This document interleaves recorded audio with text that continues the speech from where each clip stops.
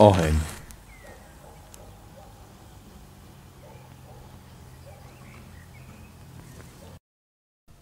Všetci ho poznáme, každý z nás sa s ním už stretol a každý z nás vie, o čo ide.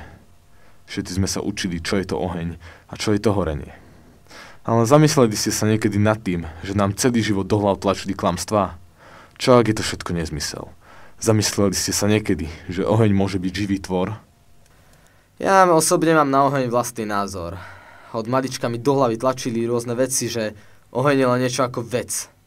Aj keď ilumináti nechcú, aby sme to vedeli, biológia nepustí. Oheň má všetky znaky života, vezme si priatelia, oheň napríklad dýcha kyslík, bez ktorého nedokáže žiť. Taktiež potrebuje neustály príjem živín vo forme napríklad dreva alebo papiera. Aj bez takýchto vecí oheň zomiera. Samozrejme, oheň sa rozmnožuje, napríklad delením, poprípade dá sa rozmnožiť aj trením samičieho telesa, napríklad zápalkou, o samčie teleso, napríklad taká krabička. A nikto ma nepresvedčí, že keď už vám predkladám takéto informácie, priame informácie o tom, že oheň je živý tvor, že proste je to niečo, nejaká vec. Priamo vidíme všetky veci splňa, ktoré by mal splňať niekto, kto žije. A ten oheň to splňa. História ohňa siaha už do doby kamenej, kedy mladý vedec Kameň vynašiel oheň. Bol to ten istý vedec, ktorý vynašiel aj prvé lepidlo na spevnenie oštepu.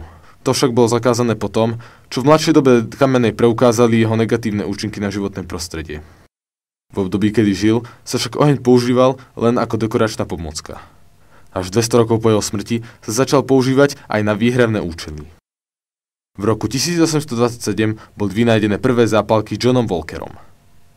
To zmenilo celý život ohňa a stal sa každodennou záležitosťou bežných ľudí. Ľudia ho začali zneužívať a oheň sa postupne stal otrokom.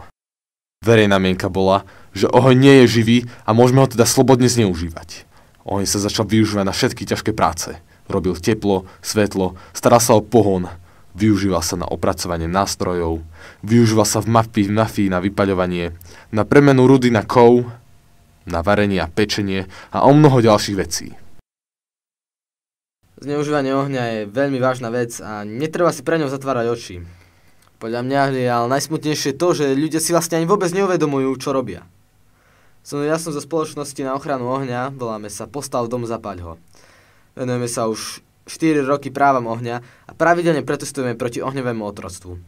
Ak by ste sa mimochodom niekto chceli stať ochranárom ohních práv, môžete sa pozrieť na stránku veselyohnik.org.